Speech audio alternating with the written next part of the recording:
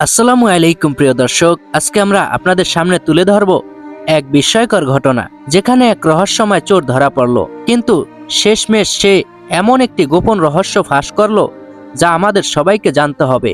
এটি হযরত আবু হুরায়রা রাদিয়াল্লাহু আনহু ও এক শয়তানের ঘটনা, যা সহিহ বুখারী হাদিসে পাওয়া যায়। তাহলে চলুন পুরো ঘটনা জেনে নেই। রাসূল সাল্লাল্লাহু আলাইহি ওয়াসাল্লাম একদিন হযরত আবু হুরায়রা রাদিয়াল্লাহু আনহুকে মুসলমানদের সম্পদের ভান্ডার অর্থাৎ বাইতুল মাল পাহারা দেওয়ার দায়িত্ব দিলেন।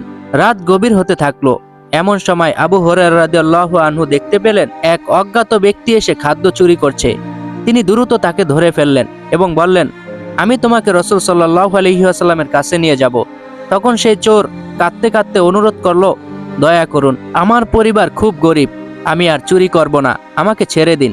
আবু হুরায়রা রাদিয়াল্লাহু আনহু দয়া করে তাকে ছেড়ে দিলেন। পরের দিন নবী সাল্লাল্লাহু আলাইহি ওয়াসাল্লাম জানতে চাইলেন ওই বন্দির কি হলো। আবু হুরায়রা রাদিয়াল্লাহু আনহু বললেন, হে আল্লাহর রাসূল, সে কাঁদছিল, বলেছিল তার পরিবার দরিদ্র, তাই আমি তাকে ছেড়ে দিয়েছি। নবী সাল্লাল্লাহু আলাইহি ওয়াসাল্লাম হেসে বললেন, সে মিথ্যা বলেছে, সে আবার আসবে। আবু হুরায়রা রাদিয়াল্লাহু আনহু অবাক হলেন। ঠিক পরের রাতও সেই চোর আবার এলো। আবু হুরায়রা রাদিয়াল্লাহু আনহু আবার তাকে ধরলেন, তবে আগের মতোই সে কান্নাকাটি করে মুক্তি চাইল এবং আবু হুরায়রা রাদিয়াল্লাহু আনহু আবার তাকে ছেড়ে দিলেন।